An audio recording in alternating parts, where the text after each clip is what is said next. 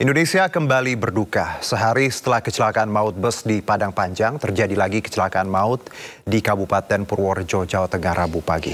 Truk melaju tidak terkendali dan menabrak sebuah angkutan daerah yang membawa rombongan pelayat. 11 orang meninggal dunia dan 6 orang lainnya terluka.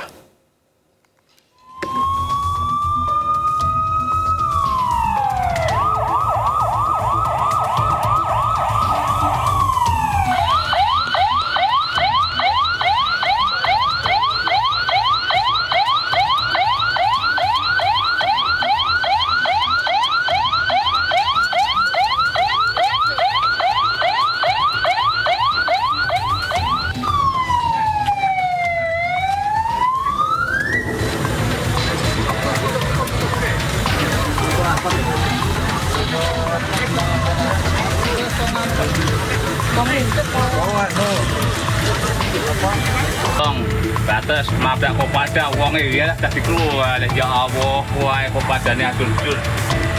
Wih ya Allah ke rumah lu. Mangsal kopadane iso wong iso bledut nasiang ya Allah. Wih.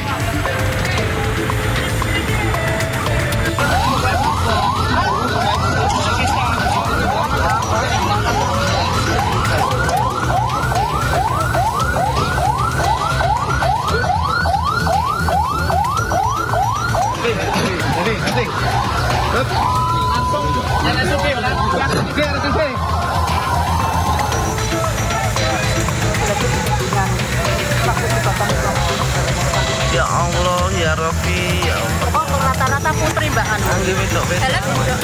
Ikut turunnya sudah tak siap. Ajeng, nggih. Ajeng. Nang pisau mendhet ngoten iki. Kepadane. Asmana niku.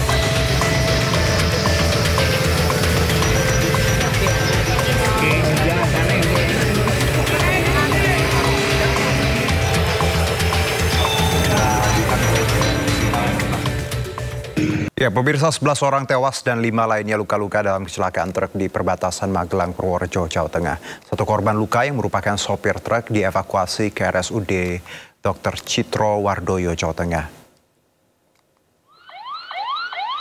Truk tronton pengangkut pasir terlibat kecelakaan dengan angkot yang membawa rombongan peziarah di Jalan Magelang, Purworejo, tepatnya di Desa Kalijambe, Purworejo, Jawa Tengah.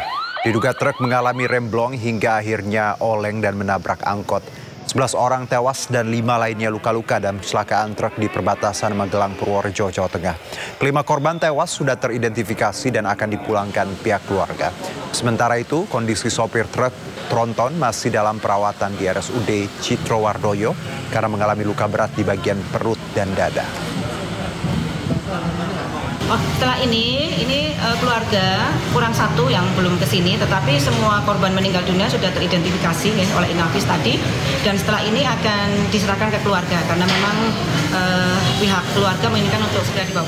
Ya, polisi gelar olah tempat kejadian perkara kecelakaan truk yang menabrak angkot di Purworejo, Jawa Tengah dengan korban 11 meninggal dunia. Sementara itu, truk bermuatan pasir yang kondisinya terbalik di sisi jalan juga sudah dievakuasi petugas.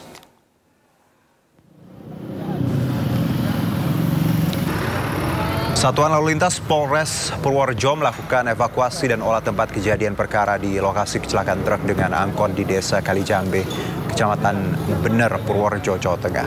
Tugas memasang garis polisi untuk mengamankan lokasi serta memeriksa kondisi kendaraan, jejak pengereman serta posisi akhir kendaraan setelah benturan keras terjadi.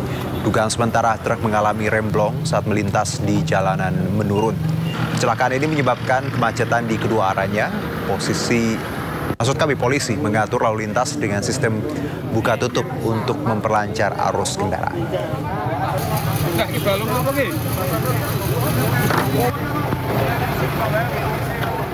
Ya, pemirsa, Rumah Sakit Bayangkara mengidentifikasi 12 jenazah korban kecelakaan maut bus terguling di Padang Panjang, Sumatera Barat.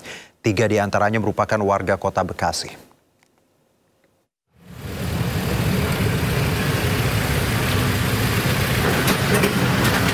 Sejumlah ambulan tiba di Rumah Sakit Bayangkara, Polda Sumatera Barat, membawa korban kecelakaan bus antar lintas Sumatera yang terguling di Bukit Surungan, Padang Panjang, Sumatera Barat. Seluruh korban kecelakaan dalam tragedi maut di Bukit Surungan, Padang Panjang telah dievakuasi ke rumah sakit setempat.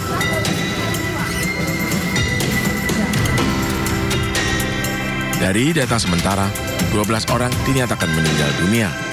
Tim Inafis Polda Sumatera Barat menyebut seluruh korban meninggal dunia telah berhasil diidentifikasi, di mana korban teridentifikasi 7 laki-laki, 5 perempuan, dan 2 diantaranya masih anak-anak. Ada dari Medan, kemudian ada dari Jakarta ya.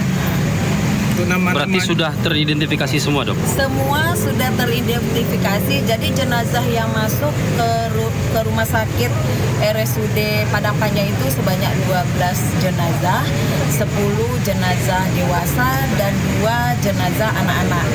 Nah, 10 jenazah dewasa ini teridentifikasi dengan sidik jari yang dilaksanakan oleh tim Inafis Polres Padang Panjang.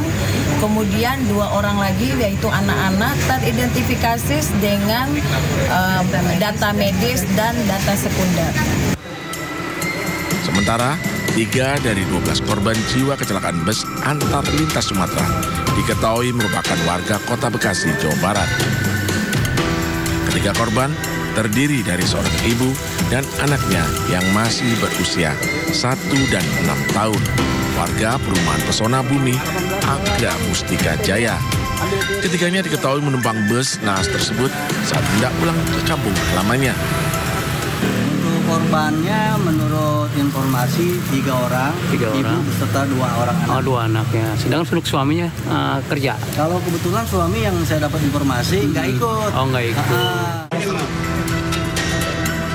Usai berhasil diidentifikasi, 3 jenazah korban asal Medan yang berada di Rumah Sakit Umum Daerah Padang Panjang telah diserahkan ke pihak keluarga. Penyerahan jenazah beserta dokumen dan barang-barang milik korban diserahkan secara simbolis di depan posko DVI Polda Sumbar yang berada di RSUD Padang Panjang. Sementara pihak Rumah Sakit Bayangkara Polda Sumatera Barat menyebutkan 4 jenazah yang disemayamkan di sana belum diambil pihak keluarga. Dari Padang Panjang, Sumatera Barat, tim liputan iNews melaporkan. Kementerian Perhubungan menggandeng Komite Nasional Keselamatan Transportasi KNKT untuk menginvestigasi penyebab pasti kecelakaan bus di Padang Panjang yang mengakibatkan 12 orang meninggal dunia.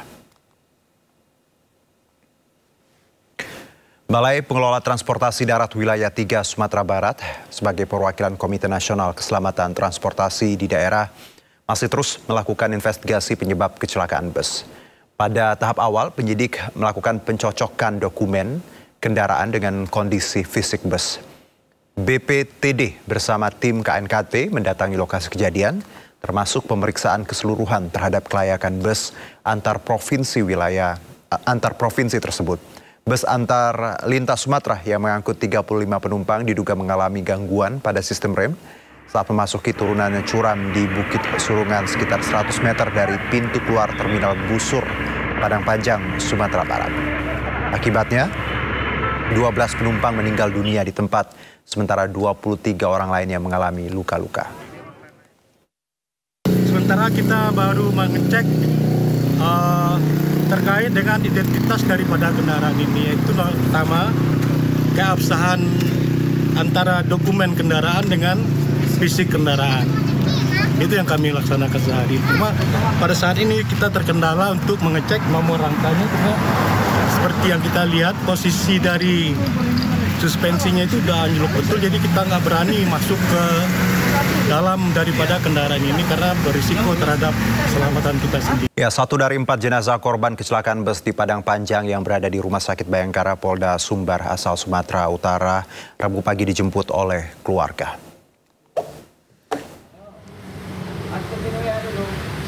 Satu jenazah atas nama Aryudi, 38 tahun, asal dari Serdang, Sumatera Utara, Rabu pagi dijemput oleh pihak keluarga ke Rumah Sakit Bayangkara Polda Sumbar di Kota Padang. Pihak keluarga saat ini berada di posko antemortem Rumah Sakit Bayangkara Polda Sumbar di Kota Padang, mencocokkan identitas dan data korban. Rencananya jenazah akan dibawa melalui perjalanan darat dengan ambulans untuk dibawa langsung ke Deli Serdang, Sumatera Utara setelah proses pencocokan identifikasi selesai.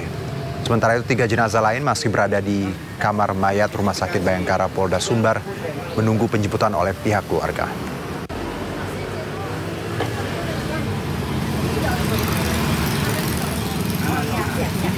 Sebelumnya kecelakaan maut menimpa bus antar lintas Sumatera dengan rute Medan Jakarta di Bukit Surungan, Padang Panjang, Sumatera Barat. Akibat kecelakaan 12 orang meninggal dunia.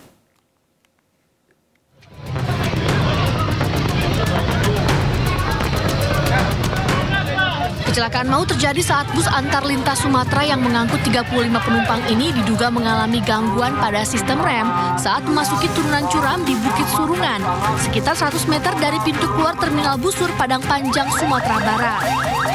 Akibat kecelakaan 12 penumpang meninggal dunia, sementara 23 lainnya luka-luka termasuk sopir dan kernet bus. Usai melakukan evakuasi bangkai bus, unit Ditlantas Polda Sumatera Barat bersama Satlantas Polres Padang Panjang menggelar olah tempat kejadian perkara di lokasi kejadian. Penyelidikan ini dilakukan untuk mengungkap penyebab pasti kecelakaan maut tersebut.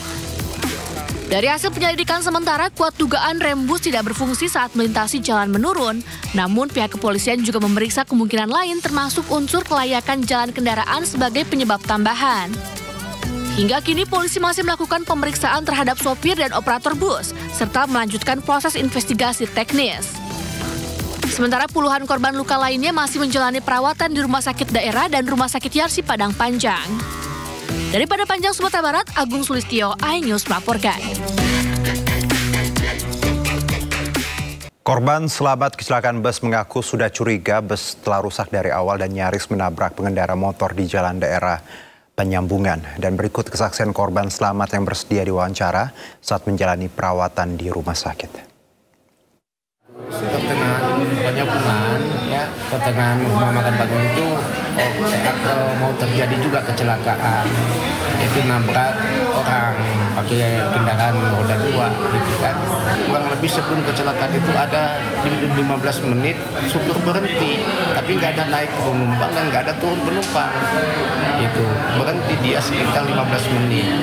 Nah, supir sama kenek yang turun gitu. Nah, kenapa lagi? Saya bilang ke teman itu berhenti lagi, bagusan juga berhenti lama. 15 menit naik supir, naik kenek, akhirnya jalan. 15 menit kemudian terjadilah remblong. Kita beralih ke informasi lainnya, pemirsa. Perseteruan selebgram Lisa Mariana dengan mantan Gubernur Jawa Barat Ridwan Kamil terus berlanjut. Lisa secara resmi mengajukan gugatan ke Pengadilan Negeri Bandung.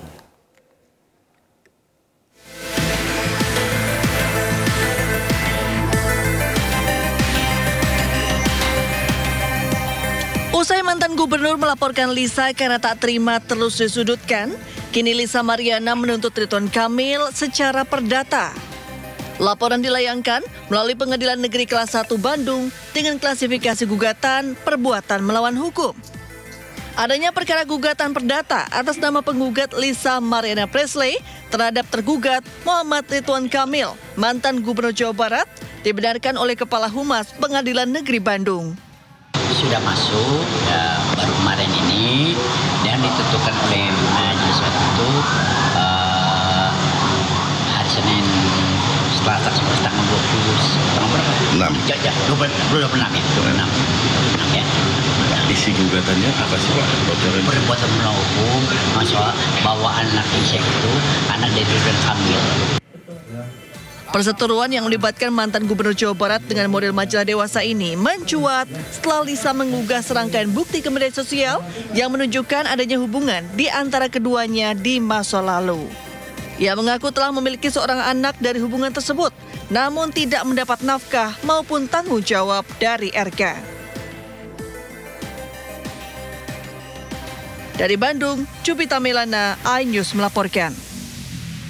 Sebelumnya model Lisa Mariana yang mengaku mempunyai anak dari mantan Gubernur Jawa Barat Ridwan Kamil muncul ke publik. Lisa mengklaim berpacaran dengan RK dan mengaku sempat diberi sejumlah uang oleh RK untuk menggugurkan kandungannya.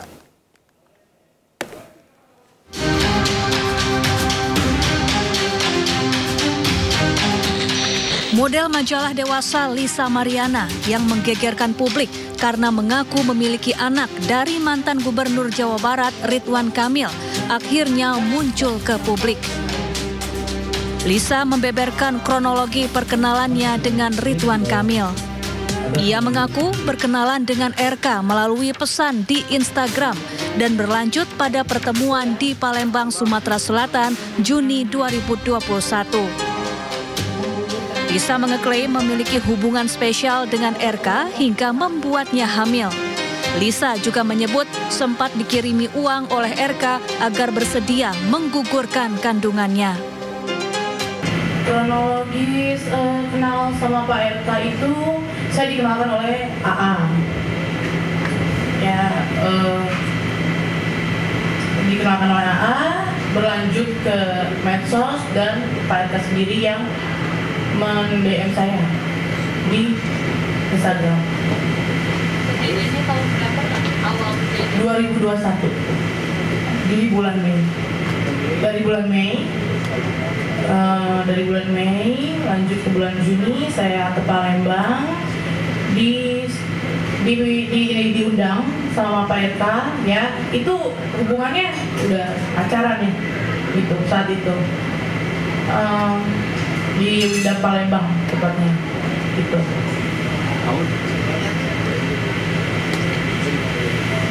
Komunikasi selanjutnya itu berlanjut di Telegram ya kan selayaknya orang pacaran itu. Lalu juga saya dari Palembang itu ternyata positif hamil setelah kurang lebih 2 atau 3 minggu kemudian itu. Ya, saya menelpon Pak RK, saya bilang saya lagi hamil dan beliau.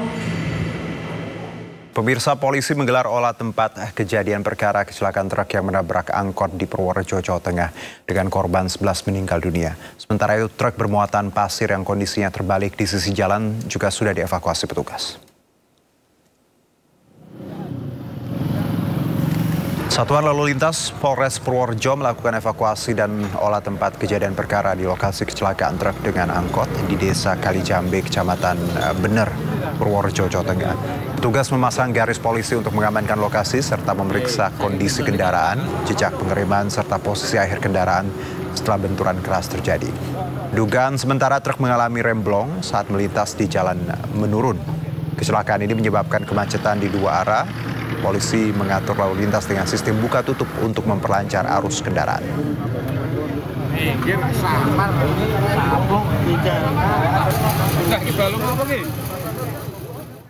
Ya, dan untuk mengetahui hasil olah tempat kejadian perkara di lokasi kecelakaan truk dengan angkot sudah bersama kami AKBP Andri Agustiano, Kapolres Purworejo. Selamat sore, Pak Ano.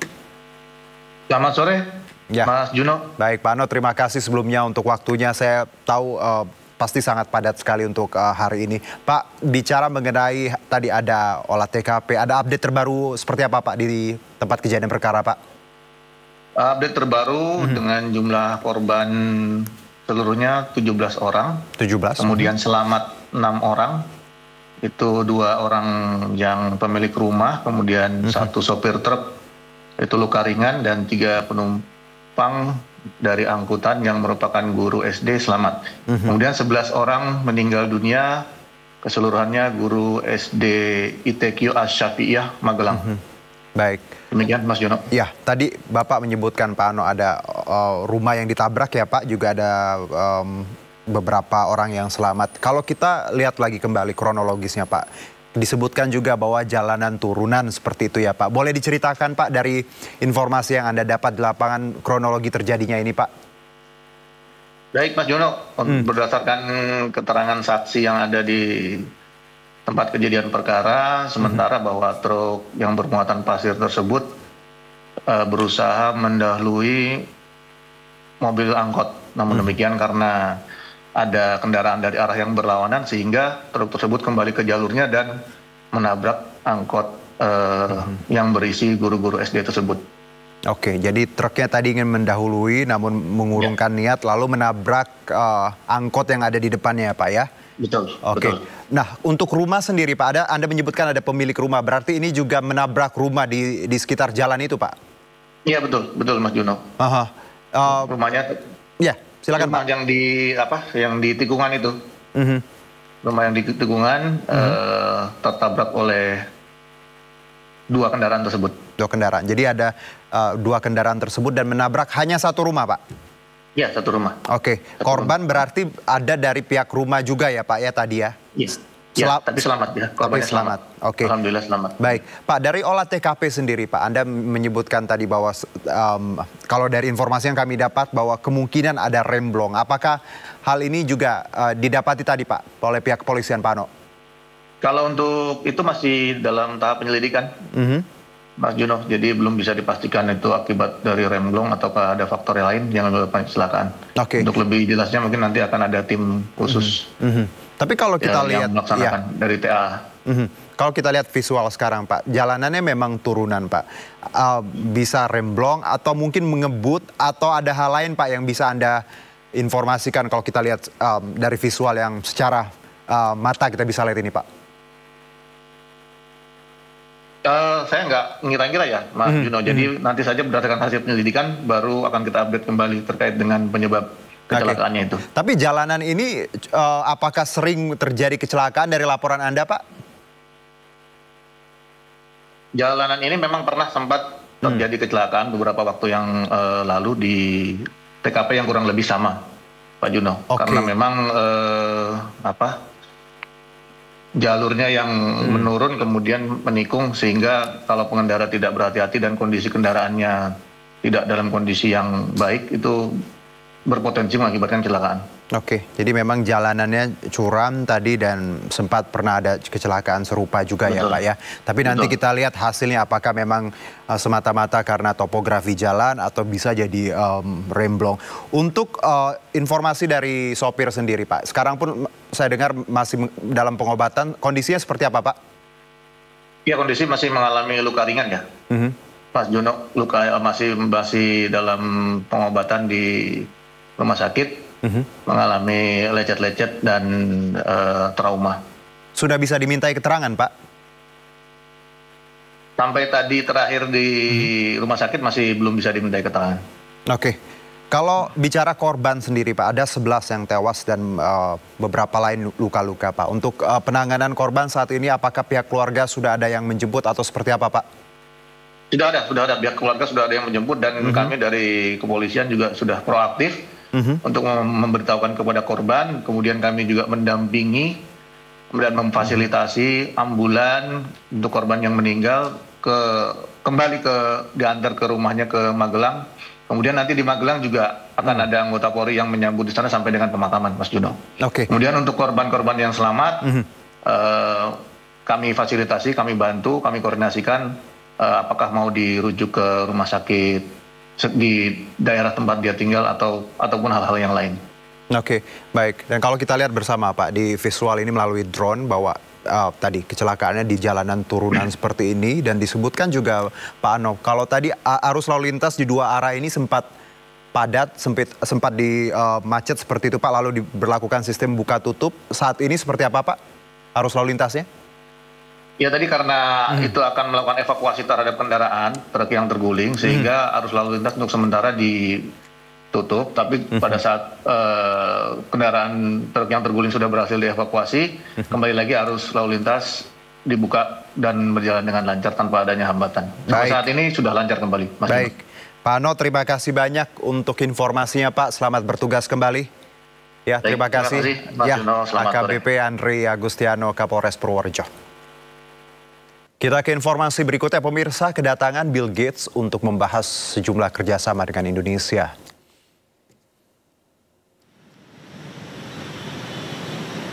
Bill Gates tiba di istana sekitar pukul 8 pagi. Presiden Prabowo menyambut langsung kedatangan Bill Gates. Presiden memperkenalkan jajaran kabinet merah putih kepada Bill Gates. Di antaranya Menteri Investasi dan Hilirisasi Rosan Roslani, Menkom DG Mutia Hafid, Menkes Budi Gunadi Saidikin, dan Menlu Sugiono. Ya, nampak Presiden Prabowo menyambut langsung kedatangan Bill Gates di halaman istana.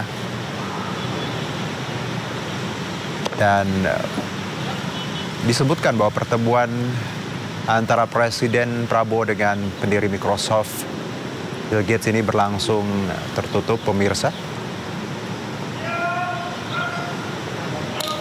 Dan sebagai informasi, Bill Gates juga mendirikan yayasan Gates Foundation yang berfokus dalam memerangi penyakit serta upaya untuk mengurangi kemiskinan dan mengurangi gizi di negara-negara berkembang. Kita lihat Bill Gates menyapa sejumlah anggota kabinet Merah Putih. Ada Menteri Investasi dan Hilirisasi Rosan Roslani, Menkom Digi Mutia Hafid, serta Menkes Budi Gunadi Sadikin dan juga Menlu Sugiono.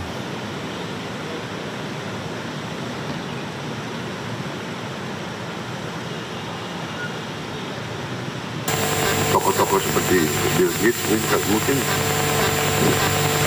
lebih Pancasila dari kita mungkin. Jadi ini sesuatu yang menarik. Tadi saya bicara dengan beliau telah memberi hibah ke Indonesia senilai 159 juta dolar. Di kesehatan 119 juta. Pertanian 5 juta, teknologi 5 juta, bantuan sosial lainnya, lintas sektor, totalnya lebih dari 28 juta. As you've heard, we mostly work in health, and when I saw that my ownership of Microsoft would be very valuable, I had to ask, what could I do that would have high impact? And I learned about disease and childhood death, and that for many problems like malnutrition or malaria or tuberculosis, there was very little money going into that, which was funded by us and governments, and has played a role in providing new vaccines to all the children in the world. And in fact, Indonesia is a great example of that, because you've adopted new vaccines like rotavirus for diarrhea, pneumococcus for pneumonia, now HPV is getting rolled out.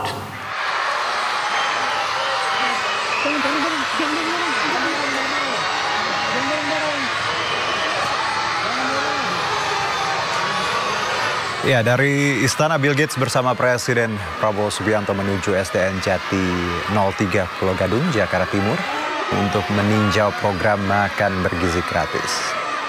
Rombongan memasuki ruangan kelas, melihat langsung dan menyapa siswa yang tengah menyantap hidangan makan bergizi gratis. Bill Gates sempat menyebut tertarik dan bersedia mendukung program makan bergizi gratis, namun belum diketahui bentuk dukungan yang akan diberikan.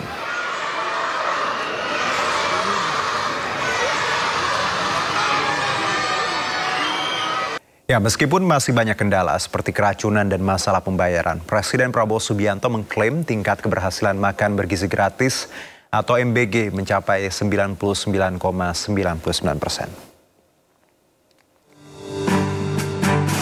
Presiden Prabowo Subianto mengklaim tingkat keberhasilan program makan bergizi gratis atau MBG yang telah berjalan hingga awal Mei 2025 ini mencapai 99,99%. Menurut Presiden, hingga saat ini sudah ada 3,4 juta penerima makan bergizi gratis, baik untuk anak sekolah dan ibu hamil. Dalam laporan berkala hingga saat ini, program makan bergizi gratis telah berlangsung di 1.286 titik di Indonesia, dengan total penerima sebanyak 3 juta lebih. Targetnya hingga akhir Mei 2025 terdapat 4 juta penerima, di akhir Juni mencapai 6 juta. Kemudian di akhir Agustus akan mencapai 22 juta, hingga akhir November 2025 akan mencapai 82,9 juta penerima manfaat makan bergizi gratis. Untuk itu, demi mencapai target tersebut, Badan Gizi Nasional membutuhkan anggaran sebesar 116,6 triliun rupiah untuk makan bergizi gratis tahun 2025. Untuk itu pihaknya membutuhkan tambahan dana sebesar 50 triliun rupiah dari 71 triliun anggaran yang telah dimiliki. Tambahan anggaran untuk percepatan pelayanan makan bergizi gratis bagi 82,9 juta orang.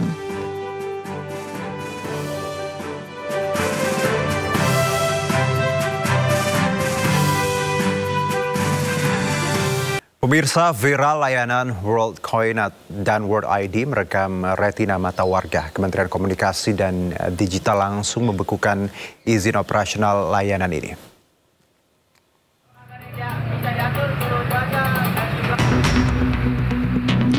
Sebuah ruko di kawasan Bekasi Timur, Kota Bekasi, Jawa Barat ramai diserbu warga. Mereka rela antri demi mendapatkan koin yang bisa ditukar dengan uang dengan nominal mencapai Rp800.000. Nantinya uang ini bisa ditarik melalui dompet digital. Namun uang didapatkan tidak cuma-cuma. Warga harus rela scan retina matanya untuk direkam melalui aplikasi. Meski warga antusias, namun mereka tidak mengetahui kemana data mereka akan digunakan. WorldCoin itu sih aplikasi pencairan uang itu. Pencairan uang. Itu caranya gimana untuk? Kita mengidentifikasi dari mata itu, dari apa namanya? Oh, dari mata lewat alat lah gitu ya. Oh, terus langsung dapat duit? Iya. Atau ada download lagi gitu-gitu? Nggak ada. Nggak ada? Tadi jelasin di dalam. Bilang katanya nggak menyangkut data pribadi. Komdigi langsung membekukan sementara layanan WorldCoin dan World ID. Komdigi pun akan memanggil PT Terang Abadi untuk diperiksa lantaran perusahaan ini belum terdaftar sebagai penyelenggara sistem elektronik. WorldCoin adalah proyek yang dibuat oleh OpenAI dan resmi diluncurkan pada 24 Juli 2023. Indonesia menjadi salah satu tujuan proyek ini. Saat ini ada 29 cabang WorldCoin di seluruh Indonesia. Data pelanggan yang terkumpul akan menghasilkan identitas digital yang terhubung dengan berbagai aplikasi. Dugaan eksploitasi data pun mencuat. Tim Liputan iNews melaporkan. Ya, dan Komdigi seperti kita lihat bersama tadi membekukan sementara layanan WorldCoin dan World ID, dan Komdigi pun akan memanggil PT Terang Abadi untuk diperiksa lantaran perusahaan ini belum terdaftar sebagai penyelenggara sistem elektronik. Lalu seberapa bahaya jika pengembang aplikasi mengambil data biometrik seseorang khususnya retina? Untuk membahas ini sudah bersama kami ada Pak Alphonse Tanujaya, pakar IT dan juga korban WorldCoin, Mas Yuda. Assalamualaikum, selamat sore Mas Yuda, Pak Alphonse. Selamat sore Yudo, selamat sore. Baik, Mas Yuda dan Pak Alphonse, terima kasih. Dan kami juga pemirsa sebelumnya sudah mengundang pihak dari Komdigi namun belum ada yang merespon. Izin Pak Alphonse saya ke Mas Yuda terlebih dahulu. Mas Yuda, ini Anda adalah korban tadi disebutkan dari WorldCoin ini. Boleh diceritakan bagaimana Anda mengetahui ini dan seperti apa proses yang Anda sudah jalani, Mas Yuda? Awalnya saya itu dari driver per driver ya. Oke. Saya kan kerja di lapangan sebagai ojek. Dari mulut ke mulut, di sini ada yang namanya dapat duit nih, cuman buat akun aja, akunnya, dan itu downloadnya di Play Store kan. Oke. Nah, download kita dibuat bentuk email, terus dibentuk nama lengkap sama passwordnya, dan setelah itu dari situ ada penjadwalan Mas, ada penjadwalan dari aplikasinya itu buat nanti kita daftar di penjadwalan itu untuk datang atau verifikasi ke kantor tersebut. Oke. Dan Mas Yuda sudah datang ke kantor itu? Sudah datang. Oke. Itu saya sudah datang kan. Lalu apa yang dilakukan di kantor itu Mas Yuda? Boleh diceritakan juga? Saya datang ke sana, sudah dijadwal, saya datang pagi. Dapat jadwalnya pagi, saya datang, nggak banyak antrian sih Mas, masih sedikit lah antriannya. Di sana tuh kita nonton kayak cuplikan TV gitu Mas, dan itu juga orang luar yang berbicara di TV itu, semacam video lah, kurang lebih dari 2 sampai 5 menit. Itu dijelaskan di situ World KPP atau World ID ini seperti ini. Gitu. Oke, jadi di sana diberi berarti diwajibkan nonton tadi penjelasan dari video tadi ya? Iya. Sudah ya? Ya. Oke, dari informasi yang Anda dapat itu Mas Yuda dari video itu, lalu proses selanjutnya apa? Di-scan retinanya langsung atau seperti apa Mas Yuda? Sebelum di-scan retina, di aplikasi Word App-nya itu ada semacam barcode. Itu barcode yang kita buat ke aplikasi tersebut. Itu barcode-nya nanti sama dia di-scan, barcode bahwa kita sudah hadir mungkin ya, sudah hadir. Dan habis itu kita suruh diri di depan, kalau nggak salah namanya Obit apa gitu, kamera bulat gitu, dan kita di-scan matanya. Oke, setelah itu apa Mas Yuda? Setelah itu kita suruh tunggu, dikasih penjelasan gini, penjelasan dari yang petugas di sananya, ini dapat duitnya sekitar 700-800, tapi ini pun nggak bertahap. Maksudnya nggak langsung, tapi ini bertahap. Dalam 1 bulannya segini, 1 bulannya segini, tapi nggak menentu. Oke, jadi itu, ada yang dijanjikan 700 sampai 800 dan bertahap ya Mas Yuda ya. Berapa bulan bertahapnya sampai lunas itu katanya? Di situ kan kalau dijelaskannya itu ada 40 poin. 40 poin Word-nya itu ada 40. Yang pertamanya itu sudah dikasih ke saya pribadi atau ke yang lainnya sudah terdaftar itu 16. 16 itu kalau ditotalin dengan rupiahnya sekitar 180.000. Jadi dari 40 diambil 16 masih ada sisa lainnya lagi gitu Mas. Oke, jadi baru 100. Baru 16. Baru 180.000 tadi ya Mas Yuda ya? Ya, baru 180.000 tadi. Oke. Dengan total yang kurang lebih 800. Oke, jadi prosesnya kurang lebih seperti itu Mas Yuda ya, cukup gampang dan akhirnya banyak yang datang. Oke, kita sudah dapat gambarannya, ini juga harus kita analisa bersama. Sayang sekali tapi Komdigi belum bisa hadir bersama kita, tapi paling tidak ada Pak Alphonse ya, pakar IT kita. Pak Alphonse, ini menarik ya, bagaimana ada WordCoin, Word ID tadi dan banyak orang berbondong-bondong, akhirnya Komdigi mengambil tindakan menutup sementara PT ini karena memang tadi disebutkan belum punya izin, plus juga ada dugaan eksploitasi data. Bagaimana Pak Alphonse melihat the whole story yang kita tadi lihat bersama, Pak Alphonse? Sebenarnya Word ID ini mereka tujuannya adalah untuk mengidentifikasi manusia, membedakan human dengan bot. Jadi aplikasi ini nantinya ingin membedakan manusia dengan bot. Tujuannya apa? Ketika kita melakukan war ticket, kan selama ini yang menang bot. Satu orang pakai banyak komputer, bikin akun, lalu war ticket dia yang menang. Sehingga manusia kalah dengan bot.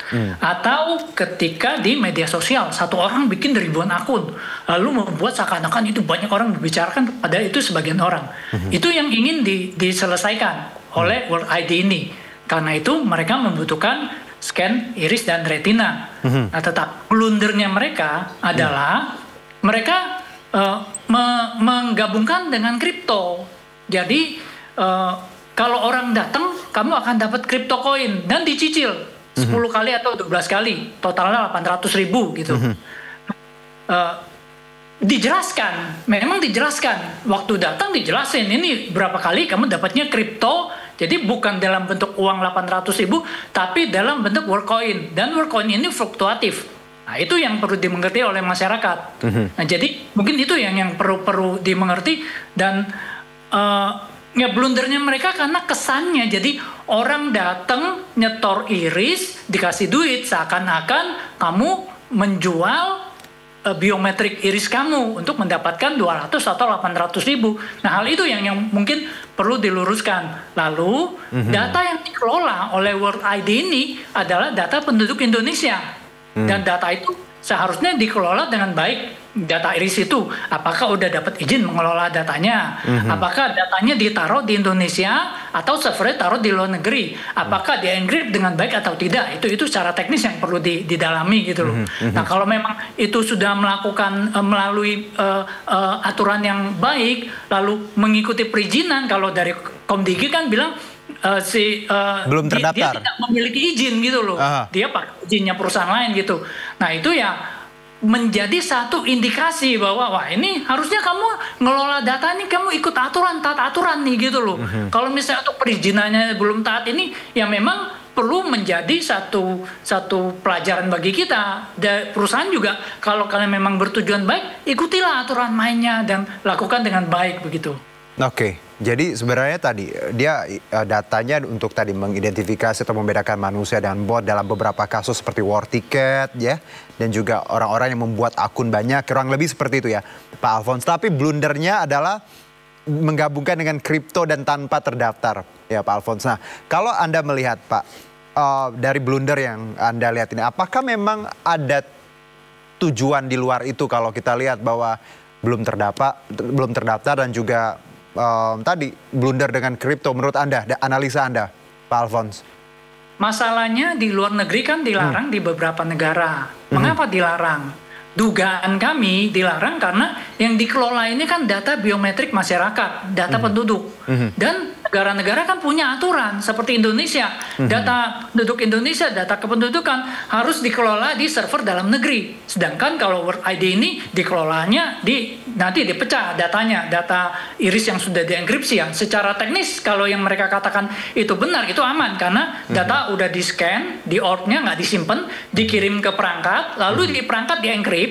Lalu sesudah dienkrip baru disebarkan di beberapa server di seluruh dunia untuk keperluan verifikasi nanti kan kalau mau dipakai. Nah, data yang ditaruh di beberapa server di seluruh dunia itu yang jadi masalah. Satu, yang kedua itu data masyarakat. Jadi mungkin banyak negara menolak karena mereka lebih yakin kalau yang mengelola adalah lembaga lokal, apakah lembaga pemerintah lokal atau ditunjuk pemerintah. Sehingga kalau ada apa-apa kan bisa dipertanggungjawabkan. Jadi itu sebabnya yang mungkin menjadi yang ini agak sulit. Tapi secara konsep sebenarnya cukup baik. Secara konsep ya. Ingin membedakan manusia dengan bot ini sesuatu yang patut kita apresiasi. Dan kalau sebenarnya di Indonesia kita bisa harapkan, contohnya siapa? BSSN kalau bisa kelola seperti ini gitu loh. Tetapi yang jadi pertanyaan kan, ini si World ID mengelola data retina, mereka ngasih duit supaya orang datang. Ini bukan nipu, setahu saya. Tidak ada laporan penipuan bahwa orang suruh store duit dia kabur gitu loh. Tapi dia dikasih uang dan dikasih uang. Ini orang datang nyetor, scan retina, ya kan? Dia dapat duit. Tapi kalau lembaga pemerintah suruh kelola data, yang ada malah nungguin anggaran dari atas, udah anggaran turun nggak bisa kelola, datanya bocor gitu. Nah, saya harap lembaga pemerintah juga bisa belajar. Cobalah, kalau yang swasta kelola kok malah mereka bisa ngasih duit gitu loh. Dan data itu bisa dikelola dengan baik. Kok ini malah berebut ngelola data, tapi lalu bocor dulu. Berebut lepas tangan gitu. Itu mungkin bisa menjadi evaluasi bagi kita. Ini menarik ya, tapi sayang sekali ya belum ada dari Komdigi yang bisa kita ajak ngobrol. Sorry, saya kembali ke Mas Yuda. Mas Yuda, kalau Anda yang sudah menjalani proses ini, ada tidak sih Mas Yuda paksaan atau intimidasi atau memang prosesnya sebenarnya yang Anda jalani biasa-biasa saja, bahkan tadi dapat uang Mas Yuda? Untuk keterpaksaan nggak ada Mas, karena emang sampai sana juga menanyakan perihal sudah terdaftar dan ditunjukin lagi ya barcode yang tadi saya bilang untuk di-scan. Nah, pertanyaan saya Mas Yuda, Anda ketika sudah mengikuti ini, jalan ke sana juga ikut prosesnya, ada merasa khawatir nggak sih Mas Yuda di awal atau Anda punya pertanyaan-pertanyaan yang mereka juga berikan jawaban? Mas Yuda sempat ngobrol atau sempat nanya-nanya juga di sana? Saya sempat nanyanya untuk perihal yang koinnya aja, bertahapnya dalam hal bertahapnya itu beberapa kali kah atau beberapa bulan. Dan di aplikasi tersebut kan juga ada bulan-bulannya Mas, jadi kayak bulan yang saya ini bulan kemarin kan saya sudah cair, bulan kedepannya itu ada bulan-bulannya. Dan untuk pertanyaan bahaya atau enggaknya saya nggak ada pertanyaan. Kalau untuk pribadi saya kekhawatiran sih dengan adanya seperti ini mungkin ada rasa khawatir. Tapi ya, tapi tadi kan karena saya yakin teman-teman yang datang juga karena ada iming-iming uang juga itu ya Mas Yuda ya? Iya. Pada modal. Karena kebutuhan aja sih Mas. Baik. Pak Alphonse, pertanyaan saya dan juga mungkin Mas Yuda dan teman-teman yang sudah ikut scan retina ini, bahaya nggak ketika data, ya sekarang sudah terjadi seperti itu beberapa orang, ada kekhawatiran yang harus kita lihat atau untuk mereka yang sudah melakukan ini Pak Alphonse? Saya kasih gambaran begini, kalau kita pakai Google Maps, kita tuh menyerahkan data pergerakan kita loh. ke Google. Oh itu lebih bahaya, Google lebih tahu daripada istri saya kemana aja gitu loh. Nah, apakah itu bahaya? Kalau disalahgunakan oleh Google, dijual, dieksploitasi itu bahaya.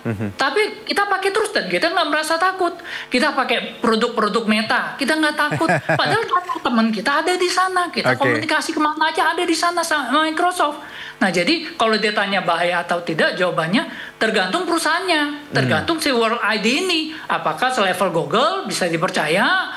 Apakah kalau misalnya Google menyalahgunakan data ini, kerugian mereka akan jauh lebih besar daripada keuntungannya. Data Google Maps dia dieksploitasi di ini, lalu orang nggak mau pakai Google Maps, Google rugi kan? Sama seperti si WorldCoin ini. Jadi kalau mereka eksploitasi ini, apakah ada kerugiannya? Apakah besar? Kalau besar mereka nggak mau. Kalau misalnya hal itu tidak dilakukan, ya mungkin kira-kira mirip gambarannya dengan kita pakai aplikasi Google dan Meta. Walaupun kalau yang ini bentuknya biometrik, kalau Google dan Meta bentuknya bukan biometrik, tetapi itu sama-sama data yang berharga. Oke, jadi tergantung nanti ya Pak Alphonse ya, yang provider ini apakah mereka menyalahgunakan. Tapi satu Pak Alphonse, singkat saja, dari semua cerita yang kita dapat hari ini plus pemerintah juga sudah men-shutdown lah, itu menutup tadi kantornya karena belum berizin. Apa langkah selanjutnya Pak Alphonse? Karena kalau kita lihat konsepnya Anda sebutkan tadi bagus, tapi ya mungkin ada beberapa blundernya Pak Alphonse. Saya harapkan jadi kita jangan menutup mata kita juga terhadap sesuatu yang baru. Jangan karena baru terus takut terus bilang scan iris ini sangat menakutkan, berbahaya. Lah itu kan sama aja, biometrik sama dengan fingerprint, sama dengan face recognition, palm recognition atau suara. Kita pasang muka di TikTok, suara di TikTok, kita tenang-tenang aja, itu kamu kasih sidik muka kamu gitu loh. Nah jadi kita jangan terlalu takut juga, tetapi juga jangan ceroboh. Nah, kalau misalnya Komdigi saya sarankan, jadi misalkan ingin memberikan izin, teliti cara kerjanya. Jadi jangan di stop karena dia administratif. Nanti kalau administratifnya selesai dia boleh jalan. Enggak, dilihat cara kerjanya, apakah datanya aman, apakah dienkripsi, apakah sudah diaudit dengan baik, satu. Yang kedua, apakah memang berfungsi dengan baik. Kalau berfungsi ada manfaatnya, mengapa tidak dioptimalkan? Kita kan punya kelemahan dalam pengelolaan data. Kenapa kok kalau lembaga pemerintah dikasih duit kelola datanya yang bocor, ini malah swasta kelola data malah bisa ngasih duit gitu. Nah itu yang perlu menjadi satu perhatian bagi kita. Jadi saya sarankan dipikirkan itu, lalu katakan misalnya mau dikasih izin di Indonesia, taruh datanya harus di Indonesia. Taruh di data center di Indonesia dan bisa diaudit sehingga bisa dilihat kalau terjadi pelanggaran atau apa bisa ditindak. Kira-kira itu sih pandangan saya. Oke, Mas Huda, ada yang ingin disampaikan terakhir, singkat Mas?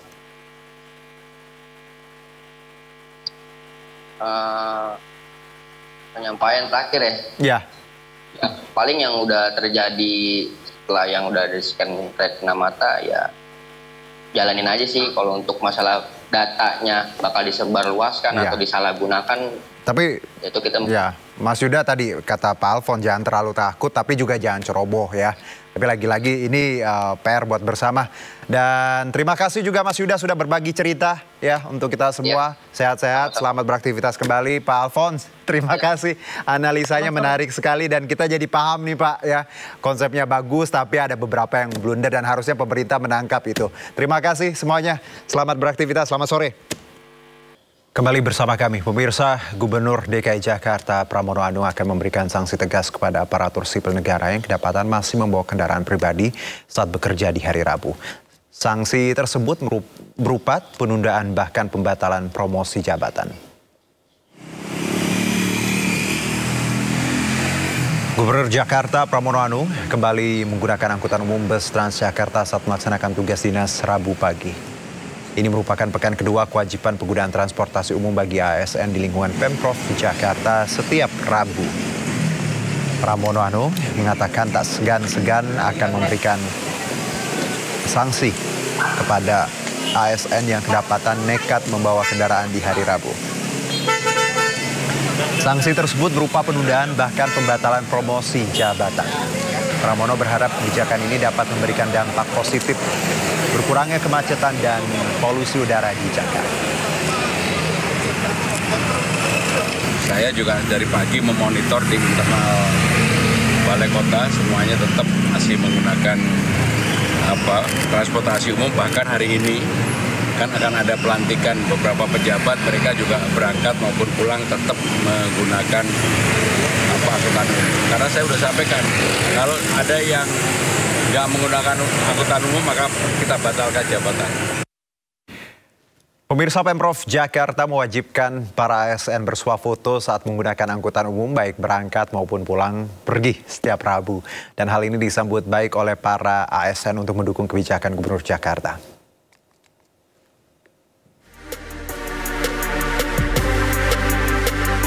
Pemerintah Provinsi Jakarta mengeluarkan aturan baru yang mewajibkan seluruh aparatur sipir negara di lingkungan Pemprov Jakarta untuk menggunakan angkutan umum setiap hari Rabu. Hal ini membuat salah satu ASN Pemprov Jakarta bernama Natasha Indraswari atau Tasya menggunakan moda Transjakarta dari kediamannya di kawasan Mangga Besar, Jakarta Barat menuju kantor Pemprov Jakarta. Tasya berangkat pada pukul 6 pagi agar bisa sampai ke kantor Pemprov Jakarta tepat pada pukul 7 pagi. Ia naik Transjakarta Koridor 1A dari Mangga Besar dan turun di halte Transjakarta Balai Kota. Saat berada di transportasi umum, Tasya harus bersuah foto, baik berangkat maupun pulang kerja. Foto itu kemudian dikirimkan kepada admin kepegawaian melalui media yang telah ditentukan sesuai dengan mekanisme di perangkat daerah atau divisi masing-masing. Tasya mengaku mendukung kebijakan Gubernur Jakarta Pramono Anung demi mengurangi polusi, kemacetan, dan mendukung pembangunan berkelanjutan. Kalau aku sebagai ASN sih mendukung ya, karena dengan adanya kebijakan ini juga bisa mendorong kita semua ASN yang biasanya naik transportasi pribadi itu untuk bergeser ke transportasi publik. Kalau menurut Mbak sendiri ada kendala apa sih saat naik transportasi umum? Kendala mungkin kalau misalnya rumahnya jauh ya, karena kan belum semua transportasi umum di Jakarta itu kan menjangkau titik-titik tertentu. Jadi kadang transitnya banyak, terus secara waktu juga lebih lama dibanding kalau naik kendaraan pribadi. Berbagai moda transportasi yang dapat digunakan ASN Pemprov Jakarta mulai dari MRT, LRT, Transjakarta, KRL hingga angkutan kota. Aturan menggunakan transportasi umum ini dikecualikan bagi pegawai yang sedang dalam kondisi sakit, hamil, dan pegawai dengan mobilitas tertentu. Dari Jakarta, Wenda, Dede Rudi, iNews melaporkan. Pemirsa, Kepolisian Makassar menangkap seorang aparatur sipil negara yang merupakan pelaku pelecehan seksual di mana salah satunya seorang komika.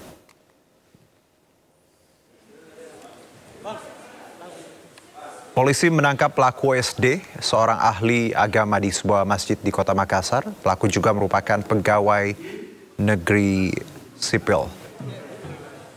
Dalam penyelidikan polisi, tersangka sudah mengakui telah melecehkan 16 orang santrinya sejak 2004 lalu.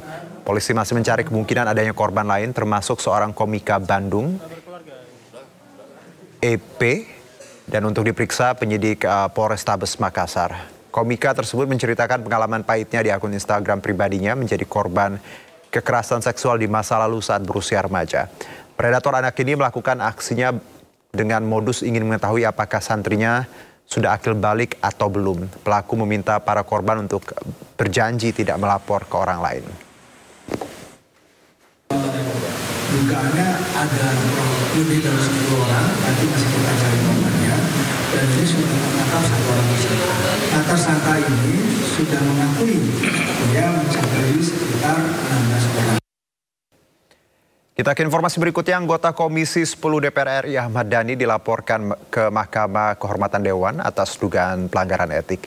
MKD sendiri telah memeriksa pihak pengadu. Musisi Ryan Pono melaporkan musisi Ahmad Dhani ke Mahkamah Kehormatan Dewan terkait dugaan penghinaan marga. Sebelumnya, Ryan telah melaporkan Ahmad Dhani ke Barreskrim Mabes Polri. Ryan mengaku tak terima marga dalam namanya kembali dipelesetkan dengan kata-kata yang tidak pantas. Terkait laporan ini, Mahkamah Kehormatan Dewan telah memeriksa pelapor. Dan menurut Wakil Ketua MKD, ada 2 kasus yang diperiksa. Kasus yang pertama terkait pernyataan Ahmad Dhani saat rapat Komisi 10 DPR RI bersama PSSI yang dianggap mengandung muatan rasis. Sementara kasus kedua terkait pernyataan mempelesetkan marga Pono menjadi porno yang dilaporkan oleh musisi Rayendi Rohipono alias Rayen Pono. Pengadu pertama Joko Swarovski ya. Ya, Joko Swarovski ya. Menyampaikan keprihatinan dan keberatannya bahwa pernyataan-pernyataan seorang anggota DPR di dalam rapat dengar pendapat ya terkait dengan pembahasan waktu itu Timnas ya yang dihadiri oleh Ketua PSSI menyampaikan pendapat-pendapatnya yang terselip ada narasi berbau rasis.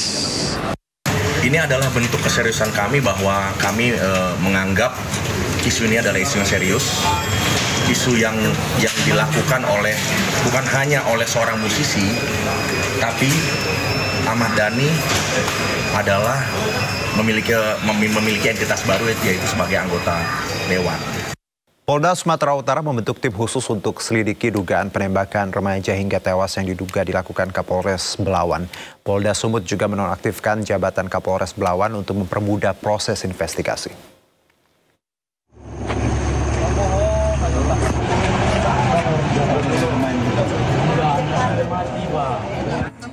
Polda Sumatera Utara membentuk tim khusus pasca penembakan seorang remaja hingga tewas yang diduga dilakukan oleh Kapolres Pelabuhan Belawan AKBP Olowansia Haan. Tim khusus terdiri dari petugas Irwasda, Propam, Direskrimum, dan Datlanfor. Polda Sumut telah menggelar olah TKP dan pastikan penyelidikan akan dilakukan secara transparan. Polda Sumut juga telah berkoordinasi dengan Mabes Polri untuk menonaktifkan AKBP Olowan dari jabatannya agar bisa fokus menjalani pemeriksaan. Pemeriksaan AKBP Olowan juga akan melibatkan Kompolnas. Jika AKBP Olowan memang terbukti melakukan pelanggaran, tentunya akan dijatuhi sanksi sesuai ketentuan yang berlaku. Tidaknya. Untuk itu kami memohon melaporkan dulu kepada Mabes Polri untuk bisa memeriksa Kapolres secara transparan dan meminta restu dulu dari Mabes Polri untuk bisa nonaktifkan dulu Pak Kapolresnya, diperiksa dulu ya, karena ini kita kan harus transparan ya, jangan mengganggu pelayanan Kapolres di sana. Kami masih mohon arahan dari Mabes Polri untuk menonaktifkan terlebih dahulu Kapolresnya untuk melakukan pemeriksaan. Ini demi transparansi. Ada satu SOP yang jadi pegangan bersama ya terkait bagaimana penggunaan senjata api. Ya, bagaimana termasuk ancaman dan sebagainya, yaitu nanti kami akan teliti dengan detail sehingga kita bisa mendudukkan persoalannya di mana. Kalau ada ancamannya karena apa? Ya, kalau memang ada ancaman, tindakannya kayak apa? Berikutnya, kalau ada tindakan terukur ataukah tidak? Kalau sudah terukur, bagaimana akuntabilitas pertanggungjawabannya? Misalnya dalam konteks yang paling ujung, akuntabilitas pertanggungjawabannya itu apakah ada pelaporan penggunaan senjatanya misalnya. Habis digunakan dia dilaporin enggak, pelurunya berapa, sidik jarinya gimana dan sebagainya. Lah itu ada semua. Lah itu ya nanti juga kami akan dalami. Penembakan yang dilakukan Kapolres Belawan terjadi saat aparat membubarkan tawuran yang terjadi di simpang kantor Camat Belawan. Tawuran semakin memanas di mana para pelaku melakukan aksi anarkis dengan menyerang kendaraan yang ditumpangi Kapolres Pelabuhan Belawan. Petugas pun melepaskan tembakan peringatan. Naas tembakan yang diduga dilepaskan Kapolres Belawan mengenai dua remaja pelaku tawuran, di mana salah satunya meninggal dunia. Dari Medan, Sumatera Utara, Yuda Bahar dan Aminur Rashid, iNews melaporkan. Ya, terima kasih Anda masih bersama kami di Sindo Sore, dan mengawali segmen ini kami akan hadirkan kembali informasi 3 berita utama pilihan redaksi Sindo Sore. 11 orang tewas dan 5 lainnya luka-luka dalam kecelakaan truk di perbatasan Magelang Purworejo, Jawa Tengah. 1 korban luka yang merupakan sopir truk dievakuasi ke RSUD Dr. Citrowardoyo, Jawa Tengah. Truk tronton pengangkut pasir terlibat kecelakaan dengan angkot yang membawa rombongan peziarah di Jalan Magelang Purworejo, tepatnya di Desa Kali Jambe, Purworejo, Jawa Tengah.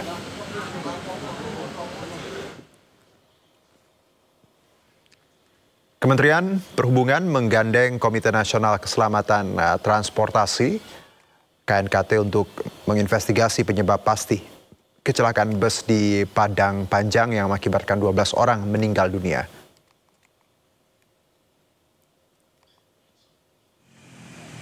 Gubernur DKI Jakarta Pramono Anung akan memberikan sanksi tegas kepada aparatur sipil negara yang kedapatan masih membawa kendaraan pribadi saat bekerja di hari Rabu.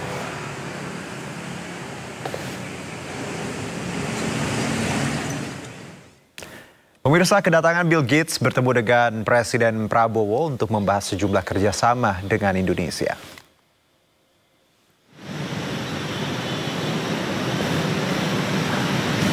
Ya, Bill Gates tiba di istana sekitar pukul 8 pagi. Nampak mobil yang membawa Bill Gates memasuki halaman istana, pemirsa, yang disambut juga nantinya langsung oleh Presiden Prabowo.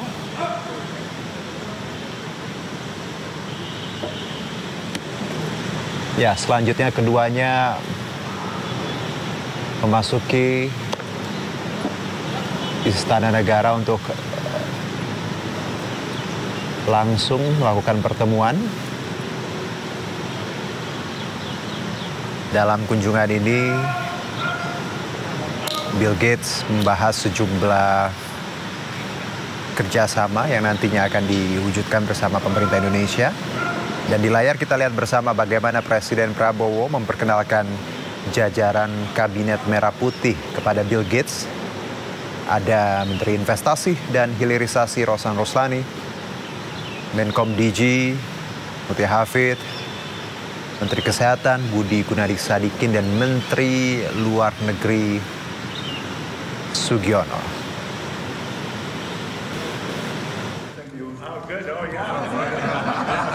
Ya, yang menarik ada momen yang cukup spesial saat kunjungan Bill Gates ke istana. Tak hanya membicarakan potensi kerjasama dan kontribusi Bill Gates di Indonesia, namun juga kehangatan suasana saat Bill Gates bertemu dengan Bobby Kertanegara, kucing kesayangan Presiden Prabowo Subianto. Bobby yang berada di dalam stroller menyambut kehadiran tokoh filantropi dunia tersebut.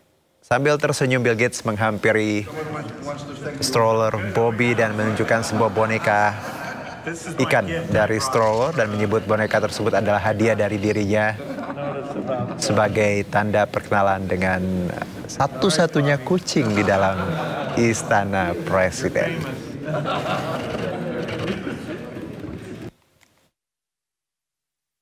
Kita ke informasi haji, pemirsa. Ratusan jemaah calon haji asal Jakarta Barat yang tergabung dalam Kloter 20 Rabu pagi tiba di Asrama Haji Pondok Gede, Jakarta Timur. Jemaah calon haji Kloter 20 JKG akan diberangkatkan ke Tanah Suci melalui Bandara Soekarno-Hatta, Tangerang, Banten, Kamis pagi.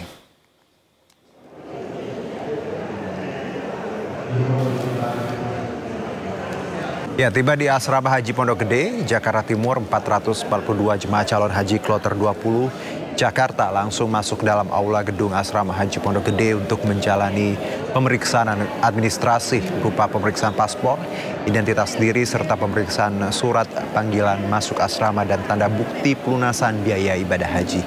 Selain itu, ratusan calon jamaah juga akan menjalani pemeriksaan kesehatan sebelum memasuki kamar untuk beristirahat dan menunggu jadwal keberangkatan Kamis dini hari menuju Bandara Soekarno-Hatta. Dan jemaah calon haji akan diterbangkan ke Tanah Suci besok Kamis pagi pukul 8.20 waktu Indonesia Barat.